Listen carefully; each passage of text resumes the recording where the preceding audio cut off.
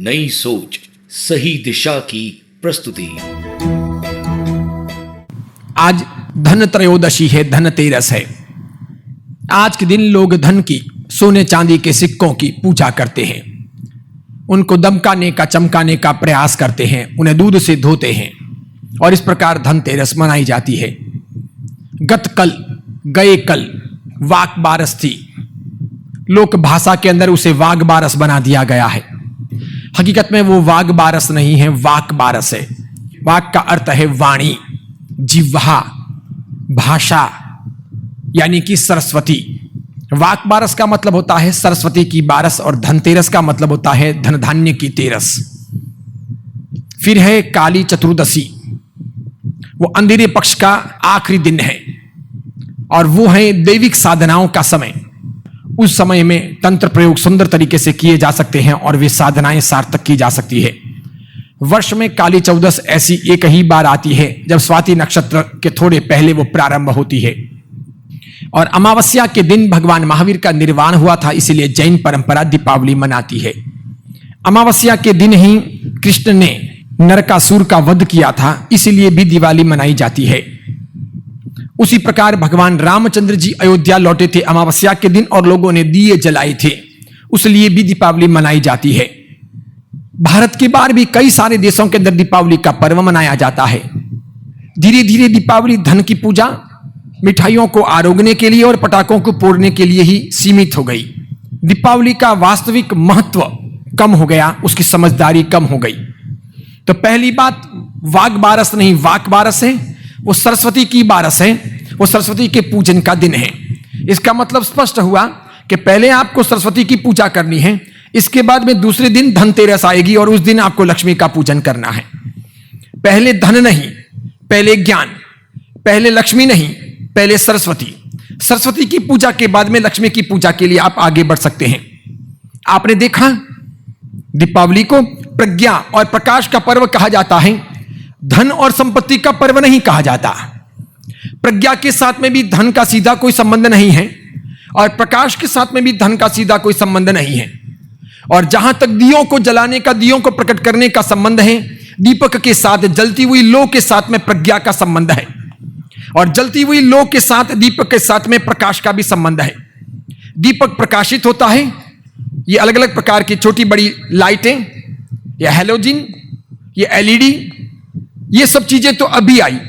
पुराने जमाने में प्रकाश के लिए दिया ही था, रोशन करने के लिए दुनिया को और रोशनी देने के लिए सबको मात्र दीपक था।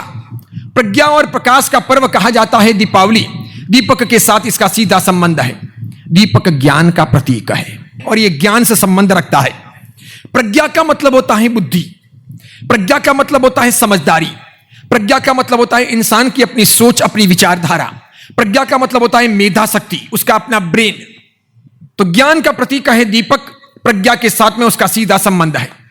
अंधकार दुनिया में किसी को पसंद नहीं है, हर प्राणी उजाला चाहता है, इसीलिए हम अंधेरे से भगते हैं उजाले की तरफ, तमस से भागते हैं कहीं ना कहीं प्रकाश की ओर। और इसीलिए कहते हैं तमसो मां ज्योतिर्गमय, यानी हे मां या हे भगवान, हे प्रभु, हे वीतराग, हे ईश्वर, तुम हमें अंधकार से प्रकाश की ओर ले चलो। तो हम दिया जलाते हैं प्रकाश के लिए, जगत को और अपनी आत्मा को प्रकाशित करने के लिए, मार्ग को प्रशस्त करने के लिए, जमीन को देखने के लिए, दुनिया को और जीवन को चमकाने के लिए, दमकाने के लिए। और इस प्रकार सीधा संबंध है प्रज्ञा और प्रकाश के साथ में दीपक का। दीपक का संबंध है दीपावली से। होली में, दशहरे में या फिर अन्य किसी भी प्रसंग पर दिए जला करके दुनिया को या जगत को या पूरे परिवेश को रोशन करने का विधान नहीं है। दीपावली आते ही तुरंत दिए हमको याद आते हैं, दीप मालिकाएं प्रारंभ होती है, लोग घरों में बहुत बड़ी मात्रा में दिए प्रकट करते हैं। पुराने जमाने में तो रंगोलियां रचाई जाती थी, मुख्य द्वार पर हम अशोक वृक्ष के तोरण बांधते थे, उनमें गोटे वगैरह लगाया करते थे, मिठाइयां बनाते थे, वो घर में बनती थी, सगे संबंधियों को बुलाते थे, वे रामासामा करने आते थे, लक्ष्मी की, सरस्वती की पूजा होती थी और इसके साथ में दिए प्रकट करके हम ज्ञान की कामना करते थे। दीपावली इस प्रकार मनाई जाती थी, यह हंसी खुशी का पर्व था। इसीलिए दीपावली को एक अलग तरीके से समझने की आवश्यकता है। ये जो मैं सब बातें कर रहा हूं, ये प्रज्ञा से संबंधित है। यानी बुद्धि से संबंधित है, ये विचारों से संबंधित है, ये बातें ज्ञान से संबंधित है। जहां ज्ञान नहीं है वहां ये बातें समझ में नहीं आएगी। जहां ज्ञान नहीं है वहां जीवन के आदर्श समझ में नहीं आएंगे। जहां ज्ञान नहीं है वहां गरीबी और अमीरी की भेद रेखा भी समझ में नहीं आएगी। जहां ज्ञान नहीं है वहां पटाखे और रुपयों के बीच का भेद भी समझ में नहीं आएगा। वहां फिजूल खर्ची भी समझ में नहीं आएगी। उसे रोकने का मन भी नहीं होगा। ज्ञान चाहिए उसके लिए भी। किसी को ठोकर मारनी है कि नहीं मारनी है, जीव जंतुओं को कुचलना है कि नहीं कुचलना है, कागज को जलाना है कि नहीं जलाना है, इसके लिए भी ज्ञान चाहिए, प्रज्ञा चाहिए। और दीपावली प्रज्ञा का, प्रकाश का पर्व है, ये समझदारी का पर्व है। ये भीतर भी एक दिया जलाने और बाहर भी एक दिया प्रकट करने के लिए कोशिश करनी है, उसके लिए ये पर्व है। और इसीलिए इस पर्व को इस रूप में समझना चाहिए। हम इसे लक्ष्मी की पूजा के अर्थ में सोचते हैं, सरस्वती की पूजा के अर्थ में नहीं सोचते। और इसीलिए हम वाक बारस को तो बहुत महत्व नहीं देते, धनतेरस की पूजा बहुत करते हैं। वैदिक परंपरा में, हिंदू परंपरा में, शास्त्रों में 10 प्रकार की लक्ष्मी का वर्णन है।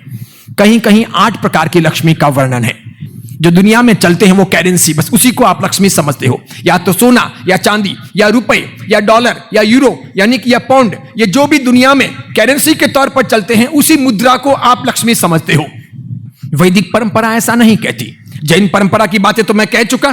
प्रज्ञा और प्रकाश का पर्व है। ये लक्ष्मी से नहीं सरस्वती से संबंधित है, ये जागरण के लिए है। और देखो लक्ष्मी से संबंधित भी ये हो तो किसे आप लक्ष्मी कहोगे? मात्र भौतिक संपदा को ही लक्ष्मी कहोगे? भीतर की संपदा की चिंता नहीं करोगे? और भौतिक संपदा मिल जाती है और भीतर से हम रिक्त रहते हैं तो हमारी जिंदगी का क्या होगा? क्या हश्र होगा? इंसान का बाहर से भरना जितना महत्वपूर्ण है, अंदर से भी आपूरित होना, भर जाना उतना महत्वपूर्ण है। इंसान बाहर से अगर भर गया, बाहर से समृद्ध हो गया, लेकिन अंदर से वो कंगाल रहा, खोखला रहा, खाली रहा, अंदर से वो गरीब रहा या असंतुष्ट रहा, अंदर से वो ज्ञान से भर ना पाया, अंदर उसे संतुष्टि यानी सेटिस्फेक्शन मिल ना पाया, तो बाहर से सब कुछ प्राप्त करने के बाद में भी जीवन शांति नहीं प्राप्त करेगा, आनंद की अनुभूति नहीं कर पाएगा, जीवन का हर्ष गलत होगा। इसलिए बाहर से भरना जितना जरूरी है उतना जीवन को भीतर से भरना भी जरूरी है। धन जीवन को भीतर से भर नहीं सकता। धन जीवन की बाह्य आवश्यकताएं मात्र पूरी करेगा। भीतर से जीवन को भरने के लिए ज्ञान चाहिए। धन वहां नाकामयाब सिद्ध होता है, लक्ष्मी वहां सार्थक नहीं होती, वहां सरस्वती की आवश्यकता महसूस होती है। इंसान को भीतर से भरने के लिए, अंदर के खालीपन को दूर करने के लिए, अंदर से करुणा, अहिंसा, दया इत्यादि को प्रकट करने के लिए, अंदर से उदारता, मानवता, धर्म, अध्यात्म के गुण लाने के लिए, अंदर से प्रेम, मैत्री, नैतिकता, भाईचारा को जगाने के लिए, अंदर से एक दूसरे को सहयोग देने, सहायता करने, सामंजस्यपूर्ण जीवन जीने की भावनाएं प्रकट करने के लिए सरस्वती चाहिए, वहां लक्ष्मी काम नहीं आती। आचार्य श्री विमल सागर सुरीश्वर जी महाराज जैन धर्म की श्वेतांबर मूर्ति पूजक तपागच्य शाखा के तेजस्वी श्रमण है। वे महान आचार्य श्री बुद्धि सागर सुरीश्वर जी महाराज साहिब की उज्जवल परंपरा के प्रभावशाली वंशज है। वे जिन शासन के सजग प्रहरी, युवाओं के जीवन शिल्पी, नए युग के कुशल पथ दर्शक, पंथ संप्रदायों की आपसी सद्भावना के उद्घोषक, समाज हित चिंतक, क्रांतिकारी विचारक, दीर्घदृष्टा, स्पष्ट व निडर ओजस्वी प्रवचनकार है। सोशल मीडिया के माध्यम से वे घर घर पहुंचे हैं। उन्होंने हजारों लाखों लोगों की जिंदगी बदली है। अगर आपको उनके वीडियो पसंद आए हो तो उन्हें लाइक कीजिए, शेयर कीजिए और आचार्य विमल सागर सूरी जी के नाम से चल रहे YouTube चैनल को सब्सक्राइब कर उसके पास रहे बेल के बटन को क्लिक कीजिए ताकि उनके नित नए वीडियो देखने का आपको अवसर मिल सके। विमल सागर सूरी जी के नाम से बने उनके फेसबुक पेज को भी लाइक कीजिए तथा नई सोच सही दिशा के नाम से बनी उनकी मोबाइल एप्लीकेशन आज ही प्ले स्टोर से डाउनलोड कर लीजिए। आइए हम सब मिलकर वैचारिक क्रांति का सूत्रपात करें। अपनी सोच बदले, दिशा बदले, दशा बदले।